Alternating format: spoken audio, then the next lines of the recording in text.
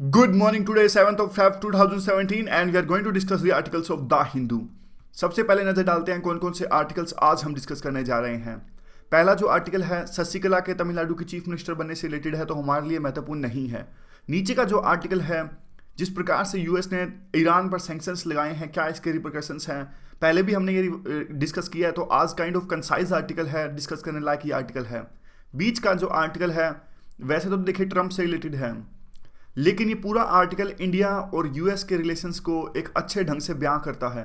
और इसी के साथ में हम ऐड करेंगे इंडियन एक्सप्रेस का एक आर्टिकल सी राजा मोहन का। उन्होंने भी आज सैटरडे है, इंडियन एक्सप्रेस में इंडिया और यूएस रिलेशन के बारे में लिखा है, तो दोनों को मिला के ये आर्टिकल अच्छा बन जाएगा इंडिया और यूएस रिलेशंस के साथ में लिए।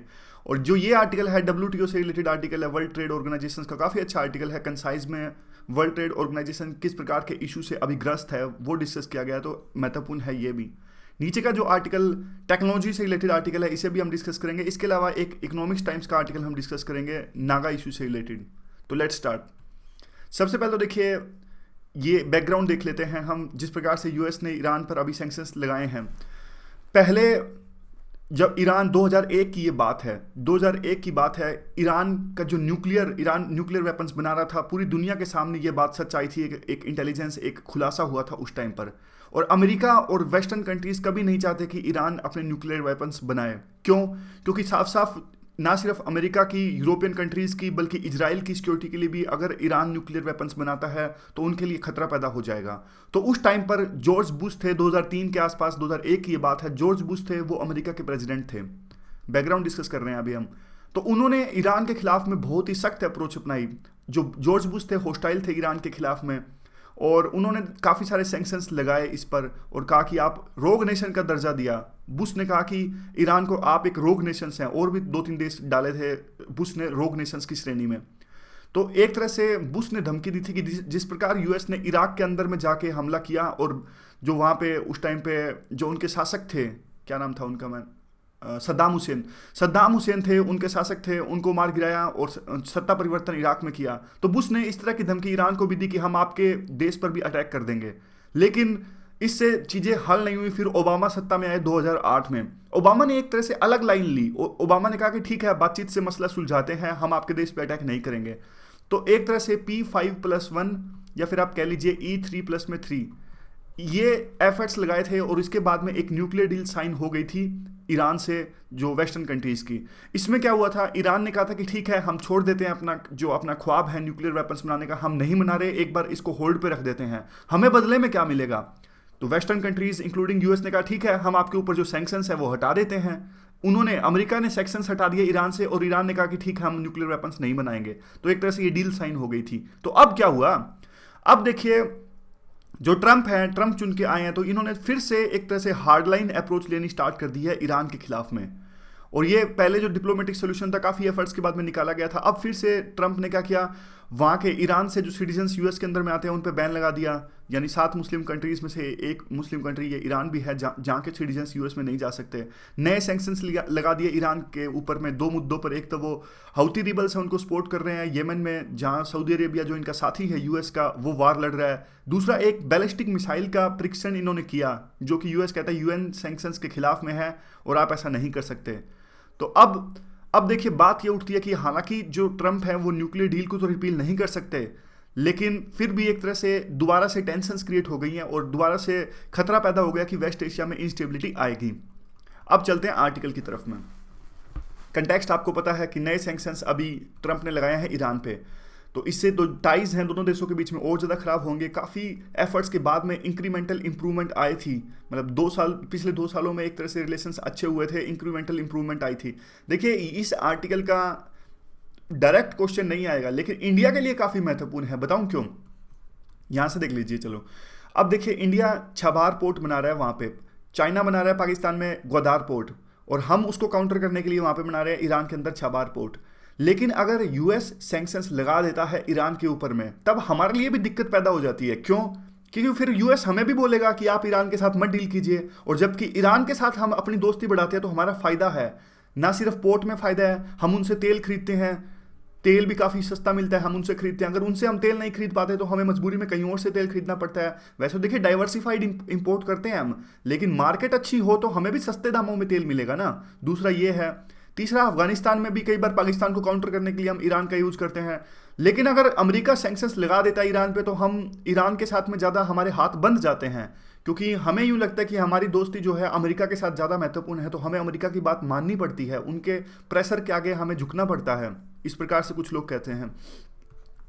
अब आगे देखिए, ये है, ये इस डील से क्या हुआ था, ईरान ने एक प्रकार से अपने जो ख्वाब थे वो छोड़ दिए थे न्यूक्लियर वेपन्स को एक्वायर करने के। और ये डील काफ़ी अपोज की गई थी इजराइल के द्वारा। अब ट्रंप जबकि इजराइल को सपोर्ट कर रहे हैं, जाते जाते ओबामा के जो संबंध थे ना इजराइल के साथ थोड़े खटास में आ गए थे। लेकिन ट्रंप ने जिस प्रकार से, आपने देखा होगा, ओबामा ने जाते जाते यूएन में जो सैंक्शंस आए थे इजराइल के खिलाफ वहां से एब्सटेन किया था। लेकिन अब ट्रंप ने फिर से कहा कि मेरा तो सबसे पक्का जो दोस्त है इजराइल, मैं तो इजराइल को सपोर्ट करूंगा। और इस जो ईरान की डील थी इसका विरोध किया था इजराइल ने। तो अब इसीलिए आप एक कदम यह भी कह सकते हो कि दोबारा से जो इजराइल के रास्ते पे ही चल रहे हैं ट्रंप। और यूएस और ईरान ने काफ़ी जगह पे कोऑपरेट भी किया। इराक में कोऑपरेट किया था। इराक में जो इस्लामिक स्टेट आया था, इस्लामिक स्टेट से लड़ने में इराक में ईरान ने और यूएस ने एक साथ काम किया वहाँ पे लॉजिस्टिक को लेकर।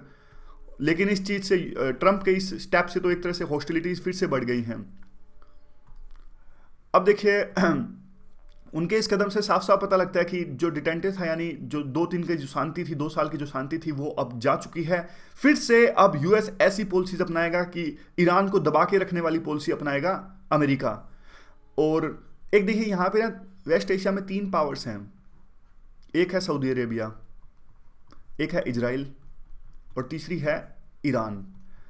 ईरान और सऊदी अरेबिया में तो देखिए वो मुस्लिम डोमिनेंस को लेके यहाँ पे इनके बीच में रस्साकसी चलती रहती है। अभी फिलहाल सऊदी अरेबिया वहाँ का पूरा एक तरह से डोमिनेंट लीडर है, क्योंकि मक्का और मदीना जो पवित्र जगह है इस्लाम धर्म की, वो सऊदी अरेबिया के अंदर में है। और सऊदी अरेबिया सुन्नी कंट्री है, और जो ईरान है वो सिया कंट्री है, यानी ईरान इराक ये दोनों सिया हैं। और जो ये बाकी जो देश हैं, ये सारे जो साथ लगते हैं गल्फ काउंसिल के हैं, वो सुन्नी हैं। तो इनमें एक तरह से मुस्लिम वर्ल्ड की डोमिनेंस को लेकर इन दोनों के बीच में काफ़ी एक तरह से वार चलता रहता है। कोल्ड वार इसे कह जाते हैं। कई बार ये गाये बगाए मतलब सामने भी आ जाती हैं चीज़ें, डिप्लोमेट्स भी बुला लेते हैं। और प्रोक्सी वार भी चलता है इनके बीच में काफ़ी जगह पे, जैसे येमेन में वार हो रहा है, वहाँ पे भी प्रोक्सी वार चल रहा है। तो अब ये कहते हैं कि देखिए इजराइल अपने अलग थलग है, मतलब इजराइल तो काफ़ी पावरफुल है, लेकिन 3 पोल्स हैं। ईरान भी ईरान की भी इनसे दुश्मनी है। हालांकि दोनों इजराइल और सऊदी अरेबिया तो यूएस के एलाइज हैं। सऊदी अरेबिया इसलिए काफ़ी कुछ बोलता नहीं है इजराइल के खिलाफ में, लेकिन दोस्ती नहीं है, क्योंकि इजराइल को आपको पता है कि सारे मुस्लिम कंट्रीज एक ही तरह का आरोप लगाते हैं कि जहाँ पे आज इजराइल बसा हुआ है वहाँ पे पहले मुस्लिम देश यानी फिलिस्तीन की वो धरती है, और इजराइल वहाँ पे धक्के से आके रह गया है, ऐसा आरोप लगाते हैं ये मुस्लिम जो कंट्रीज हैं। तो इस तरह से अब, जबकि अब पहले एक बैलेंस बन गया था, अब बैलेंस को बिगाड़ते हुए अब दोबारा से क्या है, अब इजराइल और सऊदी अरेबिया का साथ देगा यूएस, और इससे दुश्मनी मोल लेगा ईरान से। तो एक तरह से दोबारा से इंस्टेबिलिटी पैदा हो जाएगी वेस्ट एशिया में। फिर 3 मुख्य रीजंस बताते हैं कि डील को तोड़ना अच्छा नहीं है। एक तो ज़्यादा खतरनाक साबित होगा, क्योंकि ईरान जो है, आज 2003 की बात वो अलग थी बुश के टाइम की, आज ईरान एक रीजनल पावर है। यहाँ पे देख लीजिए, ईरान ने अपना एक पिविटल यानी एक वाइटल रोल निभाया है इराक में भी, सीरिया में भी, लेबनान में भी, येमेन में भी, सब जगह इनकी थोड़ी बहुत पावर है ईरान की। तो आप इसे एक ऐसे बिल्कुल टूचा मुचा या फिर लल्लू कंट्री नहीं समझ सकते ईरान को अभी फिलहाल।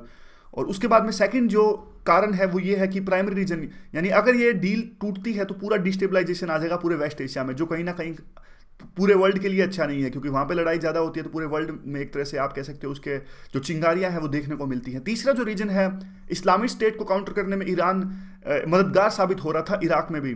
तो अब कंसाइज कर दिया तीनों पॉइंट, मतलब ऐसे करके, ये पॉइंट पहले भी आया था, कंसाइज कर दिया। तो ये 3 पॉइंट्स हैं।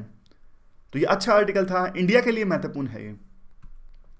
अगला जो आर्टिकल है वो इंडिया और यूएस रिलेशन से रिलेटेड है। क्वेश्चन आ सकता है इस तरह का, instead of relying on the H1 visa, मतलब हमें H1 वीजा पर रिलाई नहीं करना चाहिए। इंडिया को खुद की अपनी पॉलिसी डिवाइस करनी चाहिए, पॉलिसी फ्रेमवर्क डिवाइस करना चाहिए, ताकि वो अपनी मैन पावर जो है, काफ़ी हमारी मैन पावर काफ़ी स्ट्रॉन्ग है, उसको उसका एडवांटेज ले सके, और हमारी मार्केट का जितना साइज है उसको भी लिवरेज लेनी, उसका भी फायदा उठा सके। इस बात पर टिप्पणी करनी है। तो पहले तो देखिए बैकग्राउंड डिस्कस करते हैं। यूएस और इंडिया के रिलेशंस कैसे रहे। आज़ादी के बाद से कोल्ड वार हुआ, यूएसएसआर और यूएस के बीच में कोल्ड वार हुआ। हमने उस टाइम पे नॉन अलाइनमेंट की पॉलिसी अपनाई, नैम। लेकिन देखिए गाए बगाए हम कई बार हम पे आरोप लगा कि हम ऊपर से ढोंग करते हैं कि हम नैम हैं, लेकिन हम यूएसएसआर का साथ देते हैं काफ़ी बार।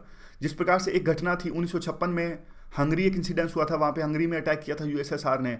तो उस टाइम हमने यूएसएसआर को क्रिटिसाइज नहीं किया था और हम पर आरोप लगा था कि हमने जानबूझ के यूएसएसआर को क्रिटिसाइज नहीं किया, क्योंकि यूएसएसआर ने हमारा साथ दिया था उस टाइम पर। कश्मीर के ऊपर जो रेजोल्यूशन आया था यूएसएसआर ने उसको वीटो कर दिया था। उसके बाद देखिए, इसलिए यूएस और हम थे अलग अलग पाथ पे थे आज़ादी के बाद से, क्योंकि यूएस ऐसा कहता था कि अगर अगर आप अलग हैं, मान लीजिए अगर आप किसी भी गुट में नहीं है, ना यूएस के साथ में है ना फिर यूएसएसआर के साथ में, तो इसका मतलब यह है कि आप हमारे खिलाफ हैं। तो संबंधों में काफ़ी खटास थी। यूएसए ने हमेशा पाकिस्तान का साथ दिया, लेकिन परिस्थितियां बदलनी स्टार्ट हुई 1990 के बाद में, यानी 1990 के बाद में। सोवियत यूनियन का विघटन हुआ, 16 देशों में डिवाइड हो गया जो सोवियत यूनियन था। उसके बाद में चाइना का एक तरह से राइज होना स्टार्ट हुआ, और वो पीसफुल राइज नहीं था, उसने यूएस की सुपरमेसी को चैलेंज करना स्टार्ट किया। तो उसके बाद में इंडिया की जो इकोनॉमी थी, इंडिया की इकोनॉमी ने भी ग्रो करना स्टार्ट किया अच्छे से। तो हमारे संबंध यूएस के साथ में अच्छे होने स्टार्ट हो गए, क्योंकि देखिए अब यूएस को ऐसा लगता था कि चाइना को काउंटर करने के लिए इंडिया एक इंपॉर्टेंट साथी हो सकता है। ऊपर से हमारी इकोनॉमी इतनी तेजी से ग्रो कर रही थी कि यूएस के साथ व्यापार था वो भी बढ़ता जा रहा था। तो इसीलिए उसके बाद में एक न्यूक्लियर एक्सपेरिमेंट किया हमने 1998 में, परमाणु बम का जो हमने एक्सपेरिमेंट किया। यूएस इससे खुश नहीं था, लेकिन जानबूझ के उन्होंने काफ़ी कम सैंक्शंस लगाए। उनको पता था कि इंडिया के पास में अगर न्यूक्लियर बम है तो कहीं ना कहीं यूएस के लिए फायदा है इसमें। कैसे? क्योंकि अगर इंडिया के पास में न्यूक्लियर बम है तो वो अच्छे से चाइना को चैलेंज कर सकते हैं, और यही तो यूएस चाहता है। यूएस तो चाहता ही यही था कि इंडिया चाइना को काउंटर करे न्यूक्लियर बम बना के, तो इसलिए उन्होंने फॉर्मेलिटी कर दी सिर्फ सैंक्शंस की। 2 साल के बाद ही बिल क्लिंटन भारत की यात्रा पे आए। आप सोच के देखिए, 1998 में अमेरिका ने हम पे सैंक्शंस लगाए परमाणु बम के लिए, 2000 में अमेरिका के प्रेसिडेंट हमारे देश की यात्रा पर आए। तो इससे साफ साफ पता लगता है कि यूएस ने सिर्फ फॉर्मेलिटी पूरी करी थी, और बाकी जो देश रिलेशंस में एकदम से इंप्रूवमेंट आया। न्यूक्लियर डील हमने साइन करी एनएसजी में यूएस ने कहा कि हम आपकी एंट्री करवाएंगे। एनएसजी तो आया ही इंडिया के खिलाफ में था। 1974 में एक हमने जो न्यूक्लियर एक्सपेरिमेंट किया था, तब अमेरिका को लगा था कि इंडिया को न्यूक्लियर फ्यूल कहां से मिल गया एक्सपेरिमेंट करने के लिए। तो यूएस ने इंश्योर किया कि देखिए आगे से इंडिया जैसे कंट्री को न्यूक्लियर फ्यूल ना मिले, उसके लिए एक एजेंसी होनी चाहिए जिसका नाम है न्यूक्लियर सप्लायर ग्रुप, एनएसजी। लेकिन आप देखिए टाइम का तकाजा देखिए, इंडिया के लिए एनएसजी आई थी, लेकिन रिलेशन में इतना इंप्रूवमेंट आया कि 2008 में वही यूएस कहता है कि हम आपकी एंट्री करवा देंगे एनएसजी के अंदर में, यानी आपको फ्यूल मिल जाएगा आसानी से। तो यही बात है, कुल मिला के ये कि रिलेशन अब बहुत ज़्यादा अच्छे हो गए थे। लेकिन अब क्या, ट्रंप के आने के बाद में क्या कैसी परिस्थितियाँ चेंज हो रही हैं, अब वो डिस्कस करते हैं। इंडिया और यूएस। ट्रंप बात करते हैं अमेरिका फर्स्ट की, buy America hire America, American से खरीदिए अमेरिका को हायर कीजिए, और उसी में ये रोड़ा अटकता है H1 वीज़ा का। ये मॉडल है क्या? देखिए ये मॉडल हमने काफ़ी बार डिस्कस किया है। ये मॉडल वो है कि हमारे जो कंपनीज़ हैं TCS या फिर इन्फोसिस की, ये काफ़ी यूएस के प्रोजेक्ट्स लेती हैं, यूएस कंपनीज़ के। सीधी सी बात है, देखिए वहाँ की जो कंपनीज़ है ना, काफ़ी बड़ी कंपनीज़ है, मान लीजिए फेसबुक मान लीजिए, या फिर ये मान लीजिए, इनके पास में कई छोटे मोटे काम होते हैं।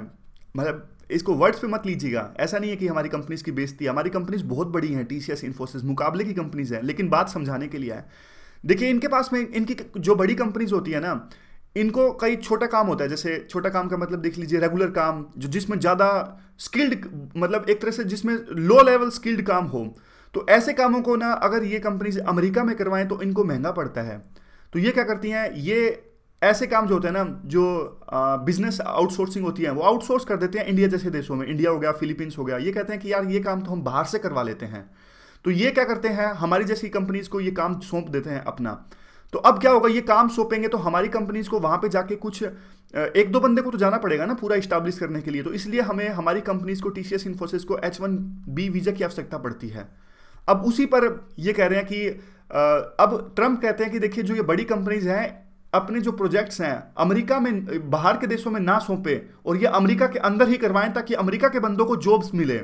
जबकि देखिए इंडिया की कंपनीज तो पहले से समझदार हो गई थी, इंडिया वालों को पता था कि H1 वीजा पर रिलाई नहीं कर सकते, इसलिए इन्होंने क्या करना स्टार्ट कर दिया था, इन्होंने वहीं के देश यानी अमेरिका से अगर प्रोजेक्ट्स आ रहे हैं तो वहीं के बंदे को नहीं, अमेरिकन को हायर करना स्टार्ट कर दिया था कि आप जो इनिशियल प्रोजेक्ट वगैरह स्टार्ट करना है वो भी आप ही करिए, मतलब हमारे यहाँ से कोई बंदा जाएगा ही नहीं। तो उसी से रिगार्डिंग ये पूरा शुरू में है और बाद में पूरा होलिस्टिकली डिस्कस करता है इंडिया और यूएस रिलेशंस को। शुरू में कहते हैं कि देखिए सॉरी, शुरू में कहते हैं कि देखिए अमेरिका ने हम पे काफ़ी उदारता बरती है। कैसे? उन्होंने ये कहा जाता है कि अमेरिका के जो पॉलिटिकल सेक्शंस है, यूएस ने इंडिया के साथ में न्यूक्लियर डील साइन करी, लेकिन इंडिया ने ज़्यादा कुछ यूएस को नहीं दिया। इवन चाइना को काउंटर करने में भी इंडिया कभी ज़्यादा कुछ करता नहीं है। यूएस ने कहा कि ज्वाइंट पेट्रोलिंग कीजिए, हमने मना कर दिया कि भाई हम चाइना के खिलाफ में ज्वाइंट पेट्रोलिंग नहीं कर सकते। तो कई बार ऐसा आरोप लगता है कि हमारे खिलाफ में वहाँ के जो पॉलिटिकल यानी इंटरनल पॉलिटिकल डिस्कशन होता है कि आप इंडिया को ज़्यादा कुछ दे रहे हो और इंडिया बदले में कुछ करता नहीं है।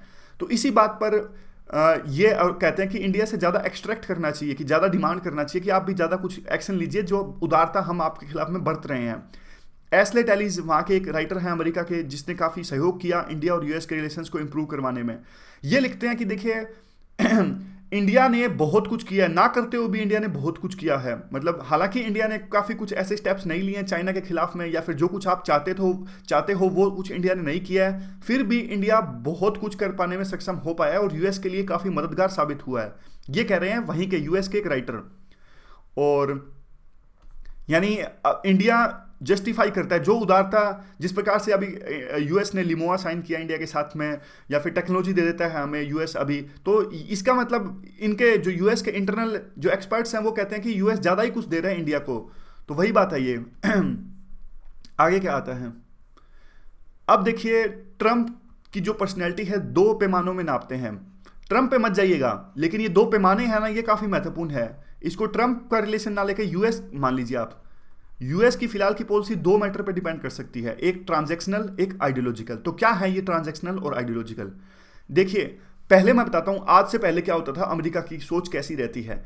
आज से ट्रंप के चुने जाने से पहले अमेरिका की सोच कैसी होती थी कि डेमोक्रेसीज को प्रमोट करना है, जहां जहां लोकतंत्र है उसको प्रमोट करना है, और कई जगह पे तो इवन लोकतंत्र लाना है। अमेरिका ने कई लड़ाइयां लड़ी मिडिल ईस्ट में लोकतंत्र लाने के लिए। वो बातें अलग हैं कि वो लोकतंत्र को लाने की आड़ में अपने जो स्वार्थ है वो सिद्ध करते थे, लेकिन खास करके वैल्यूज तो मानते थे ना, डेमोक्रेसी की वैल्यू, ह्यूमन राइट्स की वैल्यू।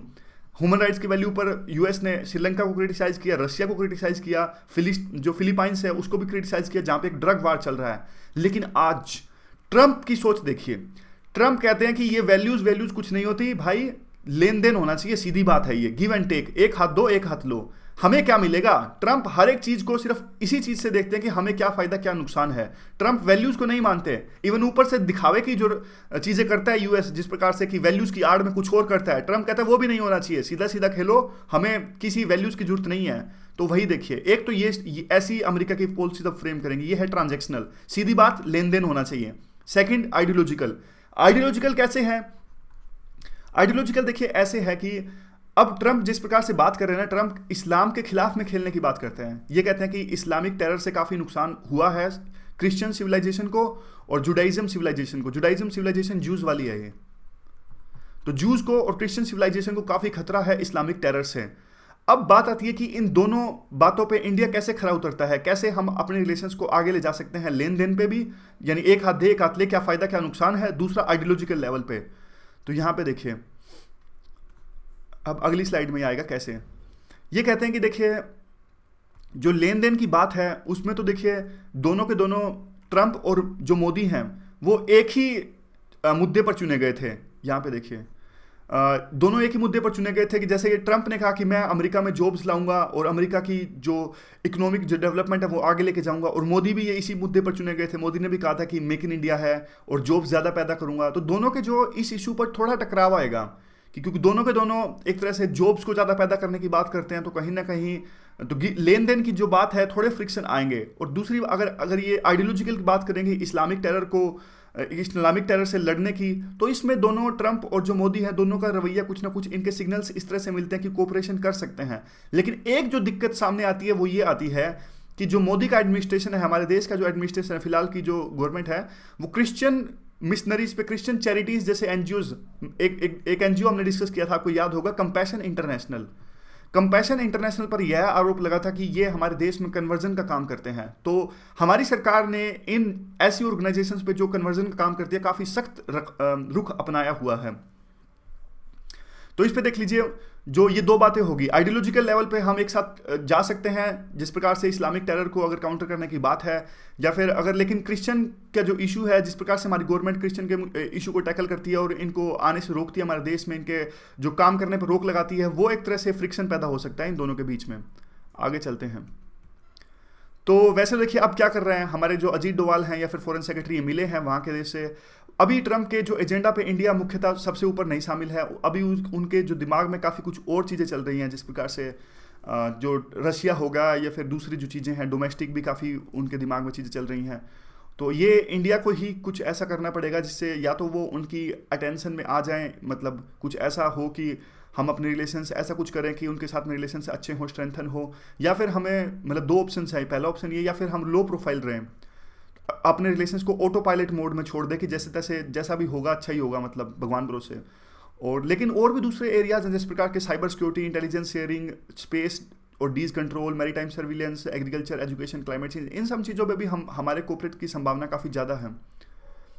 अब H1B वीज़ा पे जो है वो प्रेशर है। ये बिजनेस मॉडल हमने डिस्कस कर लिया कि आईटी मॉडल, हमारे आईटी कंपनीज का बिजनेस मॉडल क्या होता है, और ये भी हमने डिस्कस कर लिया कि इनको समझ में आ गया था कि अब वो अमेरिका के जो बंदे थे उन्होंने हायर करना स्टार्ट कर दिया था पहले ही। और लेकिन अब ये पॉइंट नीचे वाला इंपॉर्टेंट है।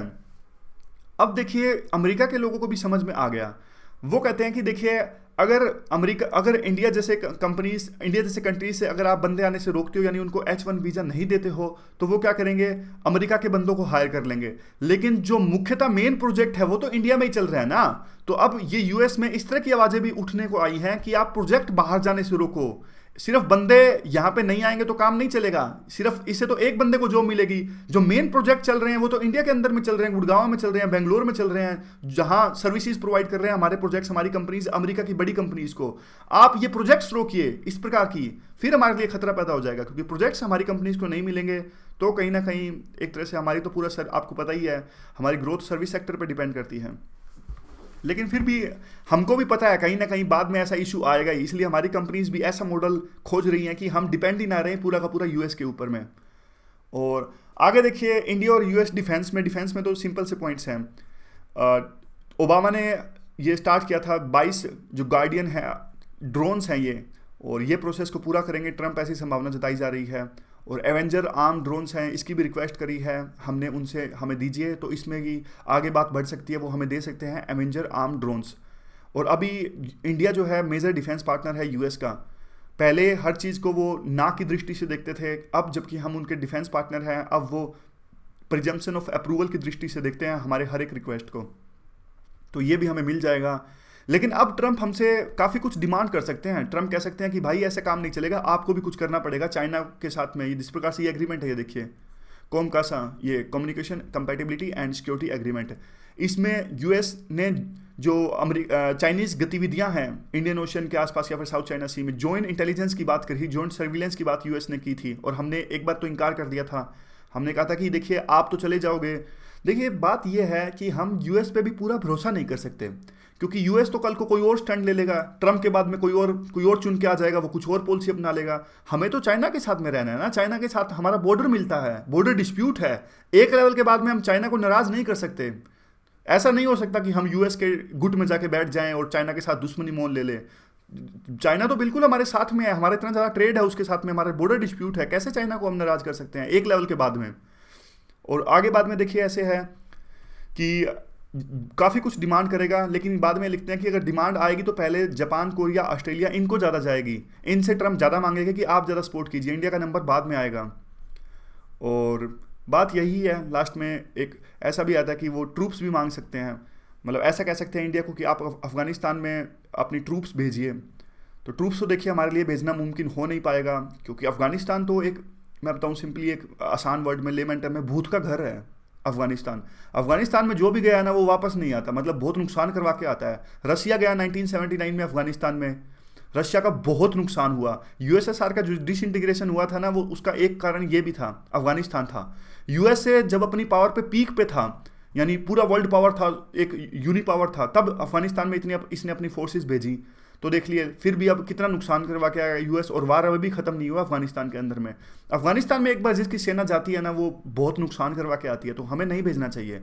वाजपेयी जी ने सोचा था 2003 में अमेरिका को अपीज करने के लिए कि हम अपनी सेना वहाँ पे भेजते हैं, लेकिन डोमेस्टिक प्रेशर काफ़ी ज़्यादा हुआ और बाद में हमने ये इरादा छोड़ दिया था। अब जो फिलहाल के डिफेंस सेक्रेटरी हैं वो ये सब बातें इग्नोर कर सकते हैं कि हमारी मजबूरियां हैं, वो हमें फोर्स कर सकते हैं, हम पे प्रेशर कर सकते हैं कि अगर आप चाहते हो कि हम पाकिस्तान पे सैंक्शंस लगाएं और पाकिस्तान को रोके आपके देश के अंदर में अटैक्स करवाने से, तो आपको भी हमारा साथ देना होगा, अफगानिस्तान के अंदर आपकी सेना भेजें, ऐसी डिमांड आ सकती है उनकी तरफ से। अब ये क्लियर नहीं है कि एनएसजी पे जो पहले उन्होंने सपोर्ट किया था कि अब अमेरिका की इतनी पावर है या फिर अमेरिका कोशिश करेगा कि अभी भी हमारी एंट्री वो करवाएं। तो एक वही बात है कि जो मोदी का मेक इन इंडिया है और ट्रंप का जो बाय अमेरिका हायर अमेरिका है, ये एक साथ चल सकते हैं और रिलेशन इंप्रूव हो सकते हैं, तो इसके लिए हमें काम करना पड़ेगा। अब सी राजा मोहन का एक आर्टिकल है, अमेरिका और इसी के रिलेशन से रिलेटेड है। ये कहते हैं कि देखिए अमेरिका ने काफ़ी एक टफ लाइन ली है अब ट्रंप ने, चाइना लाइन, मतलब जिस प्रकार से वो कहते हैं कि 600 बिलियन का ट्रेड है यूएस और चाइना के बीच में, और अभी देखिए उसमें से 400 बिलियन का तो डेफिसिट है, यानी इतना ज़्यादा फेवर्ड है चाइना की तरफ में जो ट्रेड है यूएस और चाइना का, उस पर एक सख्त रूप अपना सकते हैं। जापान के प्रेसिडेंट यूएस से मिलने गए और वहाँ पे 2 बार मिलने गए और कहा कि जापान ने कहा कि हम आपके देश में जॉब्स पैदा करेंगे और रिलेशंस जैसे हैं वैसे ही रहने दीजिए। इवन प्रेशर क्रिएट कर रहे हैं ट्रंप एक तरफ से। सैमसंग कंपनी की एक खबर ही आई थी कि हम सोच रहे हैं प्रोजेक्ट लगाने की अमेरिका के अंदर में जॉब्स क्रिएट करने के लिए। ट्रंप ने तो ट्वीट कर दिया कि ठीक है, थैंक यू फॉर इंस्टॉलिंग और thank you for thinking about making a project there. अब देखिए अभी हालांकि इन्होंने डिसाइड ही नहीं किया होगा, लेकिन इनकी हिम्मत है ही नहीं सैमसंग वालों की, जो यूएस के प्रेसिडेंट की जो ट्वीट आया है उसको इग्नोर कर सकें या फिर ऐसे कह सके कि नहीं नहीं अभी तो हम सिर्फ सोच रहे हैं। तो मतलब एक तरह से प्रेशर हो जाता है ना बहुत ज़्यादा। तो यही है, सभी देशों में प्रेशर क्रिएट कर रहे हैं ट्रंप। वे फॉरवर्ड काफ़ी अच्छा है ट्रंप इसके सी राजा मोहन के आर्टिकल का, कि देखिए ट्रंप से पहले भी हम पे एक तरह से डेमोक्रेट हो या फिर रिपब्लिक हो अमेरिका का, H1 वीज़ा के प्रति तो सभी ने विरोध किया है। और कहीं ना कहीं हमारे आईटी कंपनीज हैं, उनको इस बात समझना होगा कि ये जो बिजनेस मॉडल है ज़्यादा देर तक ये काम नहीं करेगा, और इस पर रिलाई करने की बजाय हमें कुछ और इनोवेशन या फिर इंटरनेशनल पार्टनरशिप करनी होगी ताकि हम सिर्फ अमेरिका पर डिपेंड ना कर सकें। और यह यूएस के एडमिनिस्ट्रेशन के लिए अब देखिए हम अगर अपनी कैपेबिलिटी इंक्रीज करेंगे, हमारी कैपेबिलिटी इतनी है तो हम यूएस को भी कुछ देंगे, यूएस के लिए जॉब्स क्रिएट कर सकेंगे, तो बदले में उनकी जो रोबोटिक्स है, आर्टिफिशियल इंटेलिजेंस है, फिर बायोटेक्नोलॉजी है, वो ले सकेंगे। तो हमें अपनी पावर को इंक्रीज करना होगा। अगला जो आर्टिकल है देखिए वर्ल्ड ट्रेड ऑर्गेनाइजेशन का है, तो बिल्कुल सिंपल क्वेश्चंस भी आते हैं यूपीएससी में। What are the objectives of World Trade Organization? It is frequently said that it has failed to fulfil its objective. अब fail to fulfil its objective है तो करंट इवेंट से सारा कुछ हमें समझाना होगा यहाँ पर। How and what are the reasons for that? How भी है, व्हाट भी है। तो कंटेक्स्ट क्या है? देखिए मैं आपको थोड़ा सा इसका बैकग्राउंड बताता हूँ। ब्रेटन वुड इंस्टीट्यूशंस आए थे ना, आपको बताने हैं, चलो ये आंसर आपको देना कि ब्रेटन वुड इंस्टीट्यूशंस कौन कौन से हैं।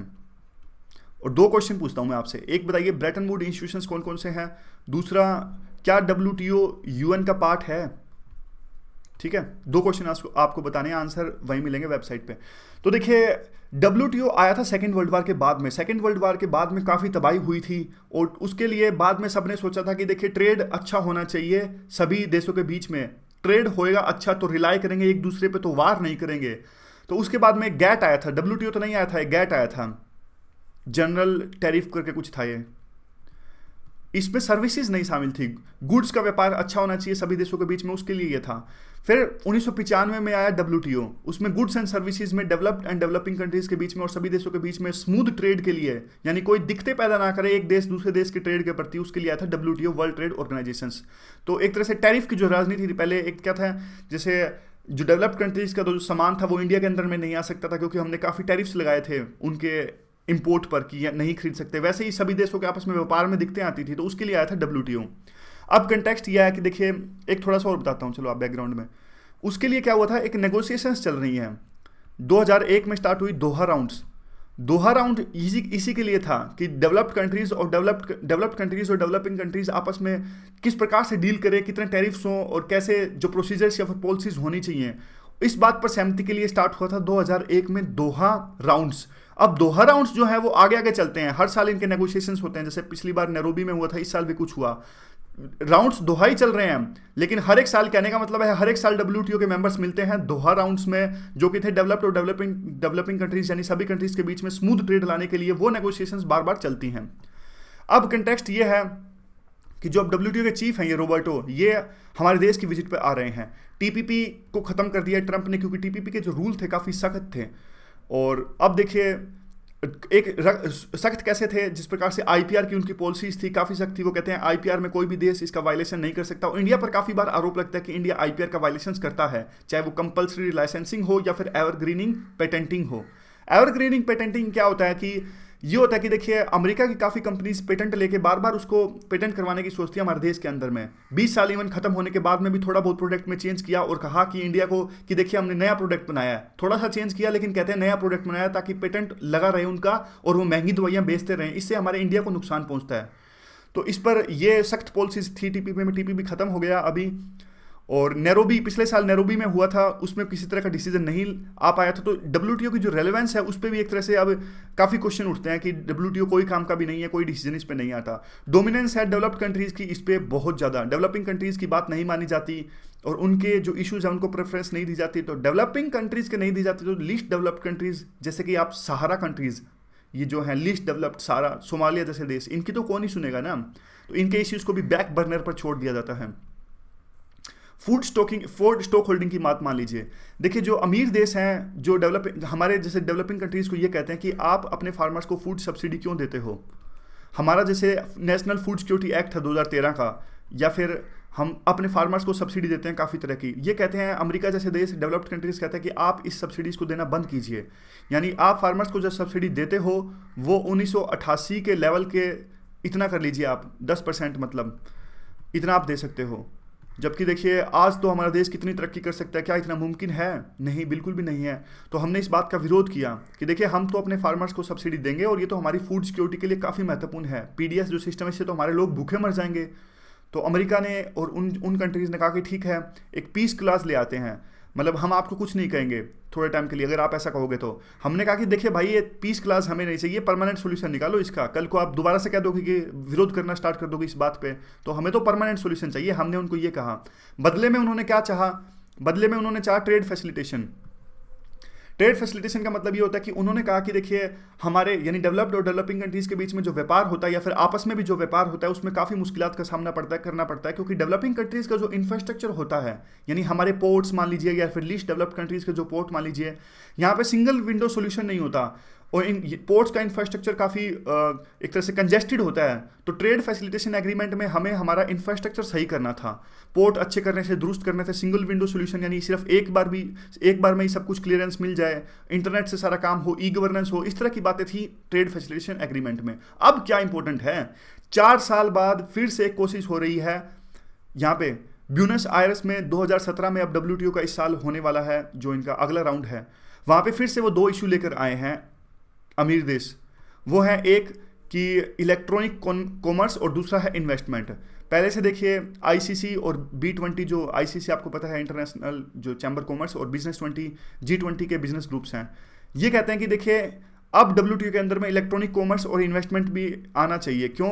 क्योंकि देखिए कहते हैं कि इंटरनेट का एक्सपेंशन काफ़ी ज़्यादा हो चुका है और जो हमारी मीडियम एंड स्मॉल एंटरप्राइजेज हैं, अगर वो इंटरनेट का यूज़ करें अगर वो इंटरनेट का यूज़ करेंगे तो उनके प्रोडक्ट्स की मार्केट काफ़ी ज़्यादा बढ़ जाएगी। तो यह बात कर रहे हैं कि इससे हमारी मीडियम एंड स्मॉल एंटरप्राइजेस का फायदा होगा, क्योंकि इंटरनेट से उनको मार्केट मिल जाएगी, ई कॉमर्स से उनको मार्केट मिलेगी डेवलप्ड कंट्रीज़ की, और उसके लिए हम फंड भी देंगे। ये कहते हैं कि इन दोनों चीज़ों के लिए हम फंड देंगे। यही बात इन्होंने ट्रेड फैसिलिटेशन एग्रीमेंट में कही थी कि हम आपको फंड देंगे और आप इंटरनेट और इन्वेस्टमेंट को शामिल कीजिए डब्ल्यूटीओ के अंदर में। लेकिन देखिए डब्ल्यूटीओ के पास फंड कहाँ से देंगे? डेवलप्ड कंट्रीज फंड देती नहीं है। डब्ल्यूटीओ के पास में अपने पैसे हैं नहीं। यहाँ पे नीचे देखिए, डब्ल्यूटीओ के पास में अपनी कोई फाइनेंसिंग आर्म नहीं है। और उसके बाद में आता है कि देखिए और भी काफ़ी मुद्दों पे डब्ल्यूटीओ में एक तरह से हमारा विरोध है। एक है बायलैटरल इन्वेस्टमेंट ट्रीटी। ये बायलैटरल इन्वेस्टमेंट ट्रीटी है क्या? ये देखिए दूसरे देशों की, इसमें ये था दूसरे देशों की कंपनीज, जैसे कि एक अमीर देश की कंपनी है यूएस, उसकी मान लीजिए एग्जांपल के तौर पे फेसबुक कंपनी है। फेसबुक को हमारे देश में वो इन्वेस्ट करती है। अगर उसको इंडिया में किसी तरह की दिक्कत आती है तो बायलैटरल इन्वेस्टमेंट ट्रीटी में यह प्रावधान था कि वो लोकल जुडिशरी जो है उसकी हेल्प ना लेकर अपनी हमारे देश के बीच में और उस कंपनी के बीच में जो विवाद है उसको सुलझाए एक इंटरनेशनल आर्बिट्रेशन से। इस तरह की बात थी बायलैटरल इन्वेस्टमेंट ट्रीटी में, जिसका हमने विरोध किया। हमने काफ़ी सारी जो बायलैटरल जो ट्रीटीज थी उसको छोड़ दिया और हमने कहा नहीं भाई, हमारी लोकल जुडिशरी की चलेगी। ऐसे तो जो इंटरनेशनल लेवल पे आप जो चाहते हो कि विवाद को सुलझाएं, अगर कोई बात हो जाती है तो इससे तो हमें काफ़ी नुकसान का सामना करना पड़ेगा।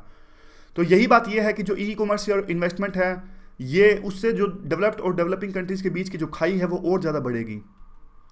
अगला जो आर्टिकल है ये टेक्नोलॉजी से रिलेटेड आर्टिकल है। ऐसे के लिए महत्वपूर्ण ये है, देखिए ऐसे के लिए बातें हैं, ज़्यादा इंपॉर्टेंट बातें ये नहीं है कि जिस प्रकार से स्मार्टफोन हम यूज़ करते हैं, जो भी साइंस एंड टेक से रिलेटेड आर्टिकल आए ऐसे आ जाए तो इस आर्टिकल के पॉइंट्स को जरूर यूज़ करना। ये कहते हैं कि देखिए स्मार्टफोन्स और इंटरनेट का हम यूज़ करते हैं लेकिन हमें क्यूरियोसिटी नहीं होती कि क्या होते हैं, ये कैसे काम करते हैं। फिजिकल वेलबींग को काफ़ी इन्होंने इंप्रूव किया, कम्युनिकेशन और सोशलाइजेशन को भी इन्होंने इंप्रूव कर दिया।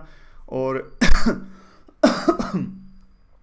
ये कहते हैं लेकिन कैसे ये आते हैं, एग्जाम्पल के तौर पर बताते हैं। सी वी रमन ने एक रिसर्च करी कि रेजोनेट रमन स्केटरिंग जो था उससे ये जो टेस्ट थे, डायबिटीज़ के टेस्ट, अस्थमा के टेस्ट, मलेरिया के टेस्ट काफ़ी आसान हो गए और काफ़ी लोगों की जानें बचने लगी।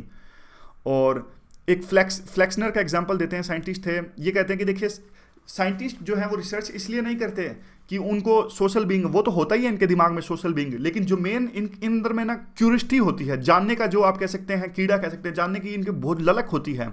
इसलिए ये बहुत ज़्यादा खोजबीन करते हैं, फंडामेंटल लॉज ऑफ नेचर को जानने की कोशिश करते हैं और उसी बीच में नए प्रोडक्ट्स बन जाते हैं, नई खोज हो जाती है।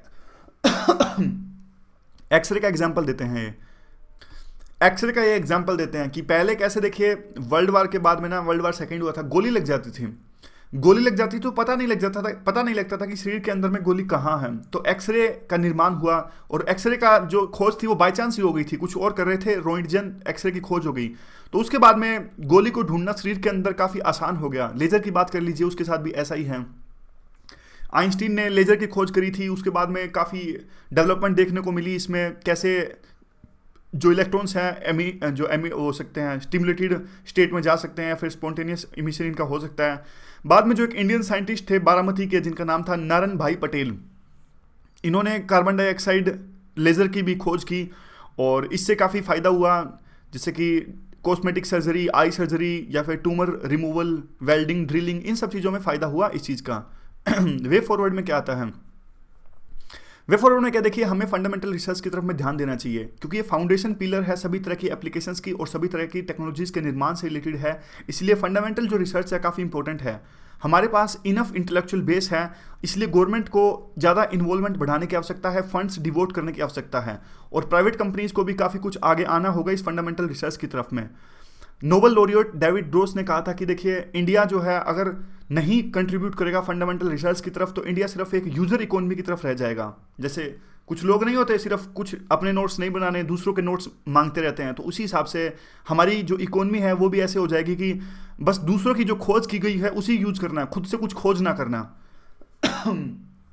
अगला जो आर्टिकल है देखिए, नागालैंड में 33% आरक्षण दिया गया महिलाओं को अर्बन लोकल बॉडी इलेक्शंस में, जो कि साफ साफ हमारे कॉन्स्टिट्यूशन का एक पार्ट है। यहां पे देखिए 243D आर्टिकल में साफ साफ लिखा गया कि महिलाओं को 33% आरक्षण देना जरूरी है, लेकिन वहां के ट्राइबल्स ने इस बात का विरोध करना स्टार्ट किया। देखिए ये रिजर्वेशन पहले सरकार ने दिया था 2001 में, बाद में सरकार ने इसको इंप्लीमेंट नहीं किया, तो नागा मदर एसोसिएशंस हैं, ये गई सुप्रीम कोर्ट में। सुप्रीम कोर्ट ने अब कहा कि आप इसे इंप्लीमेंट क्यों नहीं कर रए हैं, इसको इंप्लीमेंट कीजिए। जब इसको इंप्लीमेंट करने की कोशिश करी तो वहाँ के जो नागा ट्राइबल्स थे उन्होंने कहा कि ये हमारी परंपराओं के खिलाफ में है, ये आर्टिकल नंबर 370A का उल्लंघन है, जिसके तहत में पार्लियामेंट द्वारा यानी संसद के द्वारा जो कानून पास किए गए हैं वो नागा एरिया में नहीं इंप्लीमेंट आप कर सकते। इस तरह का लिखा गया है आर्टिकल नंबर 371A में। तो उसके बाद में उन्होंने आगजनी करी, ये सब कुछ किया। तो देखिए उसी पर यह आर्टिकल टिप्पणी करता है।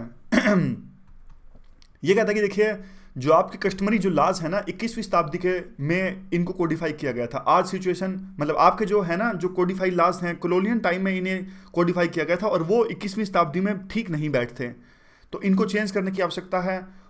अभी आज़ादी के बाद से यानी 1964 में जब से ये फर्स्ट इलेक्शन हुए थे वहाँ पे, तो उसके बाद में सिर्फ एक महिला रानो सैजा वो 1977 में इलेक्ट हुई थी, उसके अलावा वहाँ पे एक भी महिला रिप्रेजेंटेटिव नहीं है नागालैंड में। तो यही पे लास्ट में कंक्लूजन में ये कहते हैं कि देखिए 50% पॉपुलेशन को कैसे आप रिप्रेजेंटेशन देने से वंचित रख सकते हैं, कैसी सोसाइटी वो होगी। सोच के देखिए, जहाँ पे 50% जो सोसाइटी है उसका 50% हिस्सा अपने राइट्स को नहीं ले पा रहा है, अपने हकों को यूज नहीं कर पा रहा है, जो कुछ वो अपने लोकतंत्र में अपनी भूमिका नहीं निभा पा रहा है, तो ऐसी सोसाइटी है वो, उसकी आड़ में आप यह नहीं कह सकते कि कस्टमरी लाज, अगर आपके कस्टमरी लाज जो हैं बिल्कुल मेल डोमिनेटेड हैं तो उनमें कुछ चेंज की आवश्यकता है। तो ये पूरा आर्टिकल था। आज की डिस्कशन में बस इतना ही। Thank you very much for discussion.